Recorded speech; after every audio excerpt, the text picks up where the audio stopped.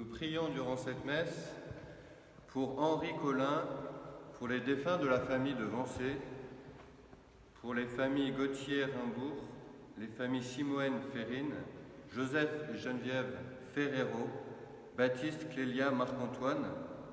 Nous prions aussi pour tous les bienfaiteurs de notre paroisse.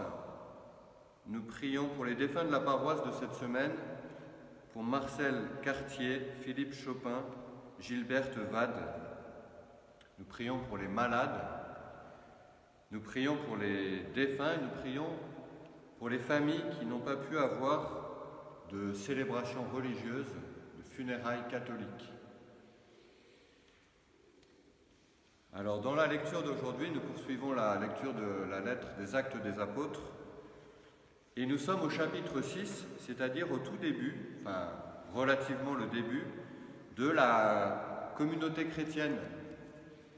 Et nous voyons que dès le début, il y a des divisions, il y a des disputes, il y a des jalousies, il y a des problèmes relationnels, des problèmes de personnes dans la première communauté des chrétiens.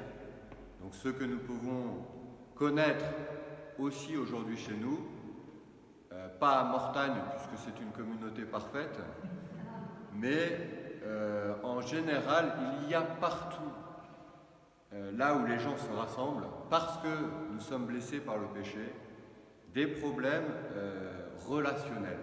Et c'est vrai ici dans cette première communauté des chrétiens. Alors c'est inévitable, c'est naturel. Naturellement, nous nous disputons. Nous nous divisons, nous avons des jalousies les uns envers les autres. C'est normal.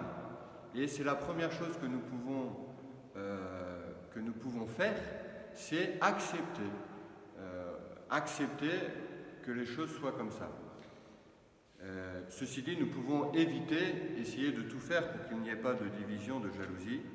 Mais s'il y en a, ce n'est pas un drame parce que nous pouvons tirer de toutes les situations un bien, et c'est ce que font les premiers chrétiens ici, de chaque difficulté, de chaque situation difficile, qu'on a choisi, qui est de notre responsabilité ou qu'on n'a pas choisi, eh bien nous pouvons tirer un plus grand bien. Comme par exemple cette épidémie que nous vivons aujourd'hui, eh bien la question que nous pouvons nous tirer, nous n'avons pas choisi cette situation. Nous sommes privés des sacrements, nous sommes privés de pouvoir vivre notre vie chrétienne d'une manière simple et naturelle. Eh bien, nous pouvons nous poser la question, quel bien je peux tirer de cette situation? Qu'est-ce que cela a suscité en moi? Qu'est-ce que cela a provoqué en moi? Qu'est-ce que cela a fait grandir en moi? Il y a certainement un bien. Dieu peut tirer d'un mal un plus grand bien.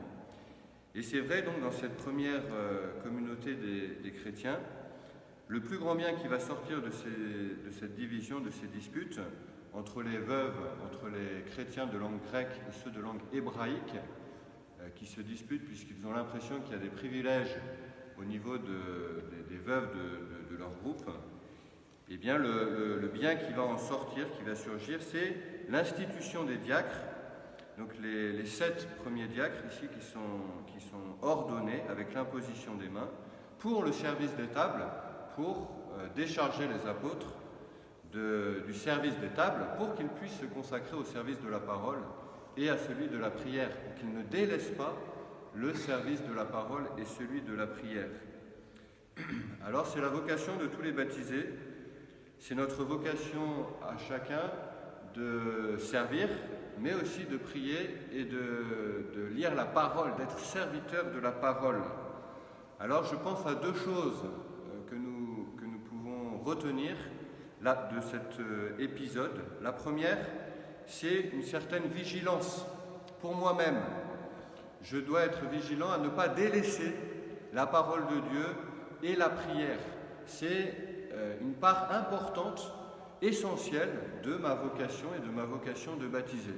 Et donc je dois faire attention à ne pas délaisser le service de la parole et celui de la prière à cause du service des tables qui est légitime. Il est légitime de se mettre au service des autres, au service de nos frères, mais il peut y avoir un danger, c'est d'être pris par les tâches matérielles ou par l'activité, ou par un certain activisme qui est naturel en nous, qui est une pente naturelle. Et donc le danger, c'est de délaisser le service de la parole et celui de la prière. Donc la première chose que nous devons retenir et que nous devons vivre les uns les autres, c'est une certaine vigilance pour nous-mêmes. Et puis la deuxième chose, c'est une certaine délicatesse vis-à-vis des autres. Si je décharge les autres comme les diacres ici vont décharger les apôtres du service des tables, si je prends ma part de tâches quotidiennes, matérielles, et en particulier auprès de mes plus proches, de ceux avec qui je vis, eh bien je leur permets de ne pas délaisser le service de la parole et celui de la prière.